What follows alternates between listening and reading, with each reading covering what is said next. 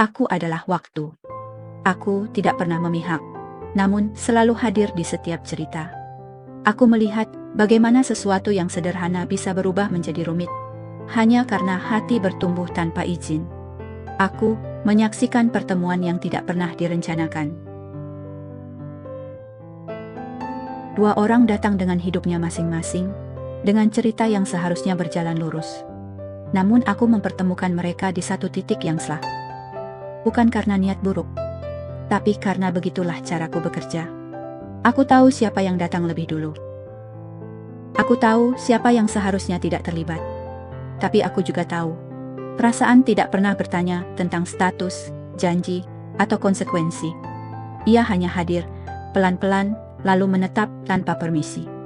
Cerita ini bukan tentang pengkhianatan, juga bukan tentang keberanian untuk melawan keadaan. Ini tentang kebingungan yang tumbuh diam-diam, tentang hati yang merasa bersalah, namun tetap merasa hidup. Tentang seseorang yang datang terlambat, dan seseorang yang sudah terlalu dulu berkomitmen. Aku melihat senyuman yang disimpan rapi, perhatian yang dibatasi, dan kejujuran yang terus ditunda. Aku mendengar percakapan yang terdengar biasa, namun syarat makna yang tidak berani disebutkan. Setiap detik berjalan, aku tahu akhir cerita ini tidak akan sederhana.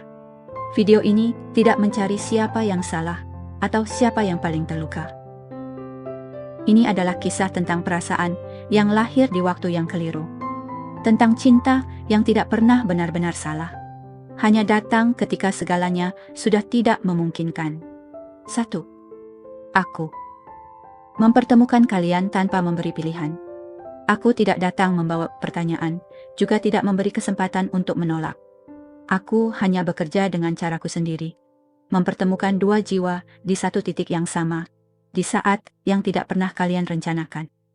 Kalian bertemu bukan karena kesiapan, bukan pula karena keberanian, melainkan karena takdir kecil yang kuletakkan begitu saja di hadapan kalian. Saat itu, salah satu dari kalian sudah terikat pada janji, pada nama lain yang lebih dulu hadir. Namun aku tetap mempertemukan kalian, seolah ingin menguji seberapa kuat hati mampu bertahan tanpa berharap. Tidak ada niat untuk jatuh cinta, tidak ada rencana untuk saling memiliki. Yang ada, hanyalah pertemuan sederhana yang perlahan berubah menjadi beban emosional. Sejak detik itu, setiap rasa yang tumbuh bukan lagi tentang pilihan, melainkan tentang konsekuensi. Karena aku mempertemukan kalian tanpa memberi kesempatan untuk berkata, tidak siap. 2. Aku membuat perasaan tumbuh perlahan. Aku tidak menurunkan cinta secara tiba-tiba. Aku tahu, jika rasa itu datang sekaligus, kalian akan langsung melarikan diri. Maka aku membiarkannya tumbuh pelan, nyaris tak terasa. Dimulai dari percakapan yang tidak penting, candaan yang sekadar mengisi waktu, lalu perhatian kecil yang tampak wajar. Tidak ada niat untuk memiliki, hanya rasa nyaman yang pelan-pelan menetap. Hari demi hari, aku menumpuk kebiasaan, menunggu pesan, mencari kabar, merasa ada yang kurang saat satu hari berlalu tanpa suara. Kalian menyebutnya biasa, menyebutnya tidak apa-apa, padahal aku sedang bekerja di diam-diam. Hingga suatu saat, kalian sadar, rasa itu sudah terlalu dalam untuk disebut sekadar simpati, namun terlalu salah untuk diperjuangkan. Aku membiarkan perasaan itu tumbuh perlahan, agar ketika kalian menyadarinya, mundur bukan lagi perkara mudah. 3. Aku membiarkan hati berbicara lebih cepat dari logika. Aku tahu logika kalian tidak pernah setuju sejak awal. Ia berteriak pelan di kepala, mengingatkan tentang batas, tentang status, tentang akibat yang akan datang. Tapi aku juga tahu, hati selalu lebih cepat. Ia tidak menunggu izin, tidak meminta pembenaran. Saat logika masih menyusun alasan untuk menjauh, hati sudah lebih dulu merasa nyaman, peduli, bahkan takut kehilangan. Kalian mencoba berdalih, mengatakan, ini hanya sementara, hanya kebetulan, hanya perasaan lewat. Namun setiap kali logika mengajak berhenti, hati selalu menemukan cara untuk bertahan. Dengan alasan sederhana, rasanya terlalu hangat untuk ditinggalkan. Aku membiarkan itu terjadi, karena disitulah konflik bermula.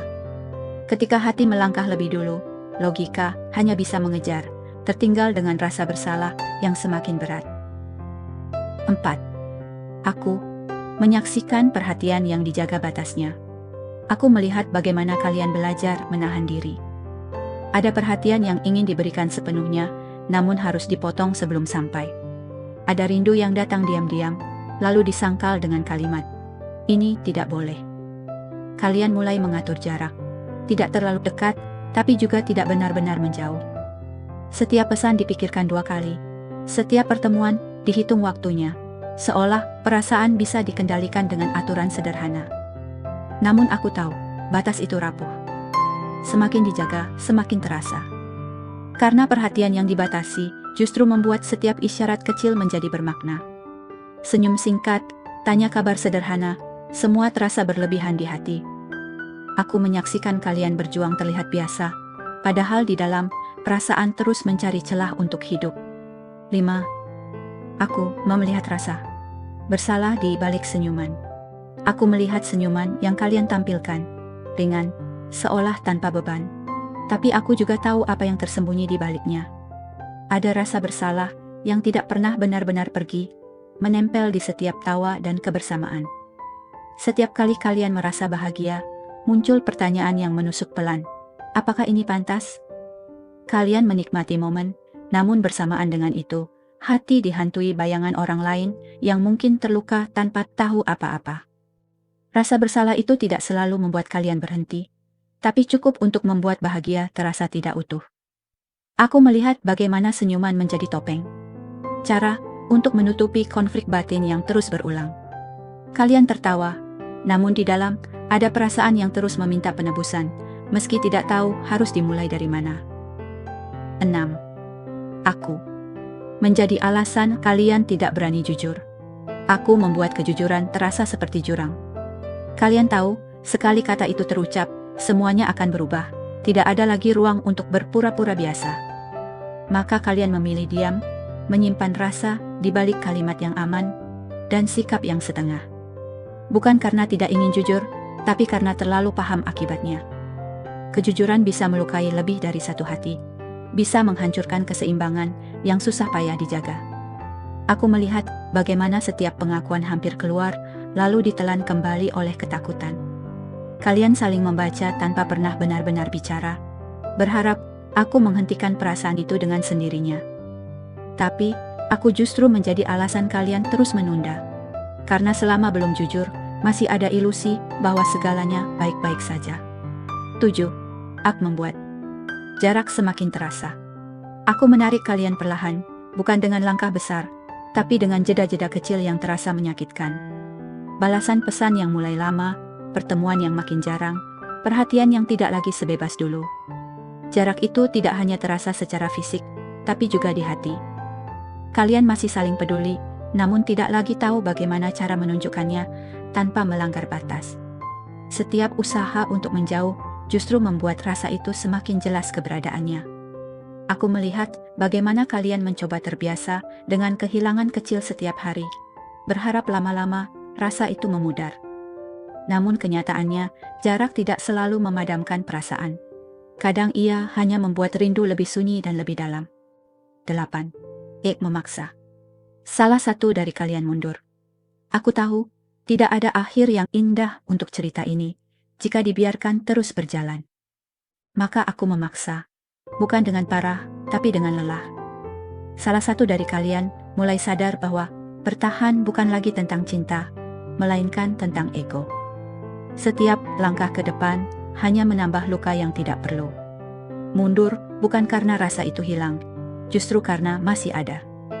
Karena jika tetap tinggal, akan ada lebih banyak hati yang tersakiti, termasuk hati sendiri. Aku melihat keputusan itu diambil dengan tangan gemetar dan dada yang sesak. Tidak ada kemenangan di sana, hanya keikhlasan yang pahit. Aku memaksa salah satu dari kalian mundur, agar cerita ini berhenti sebelum berubah menjadi penyesalan yang terlalu dalam. 9. Aku menyimpan semua yang tidak pernah diucapkan. Aku menjadi tempat bagi kata-kata yang gagal keluar. Semua kalimat yang sempat menggantung di ujung lidah, lalu tenggelam kembali ke hati.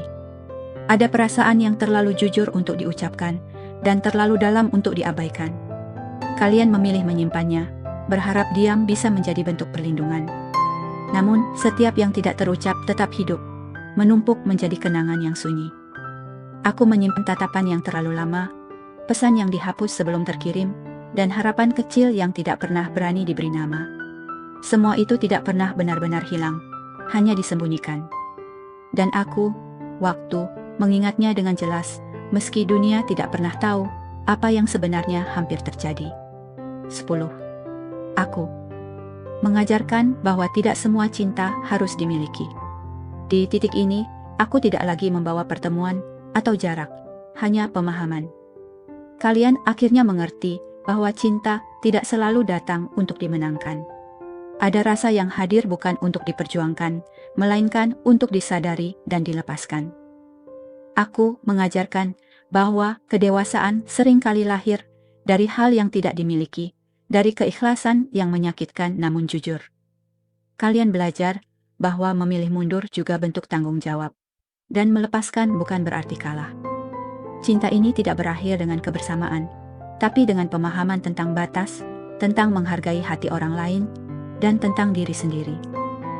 Aku mengajarkan bahwa kadang, cinta hanya singgah sebentar.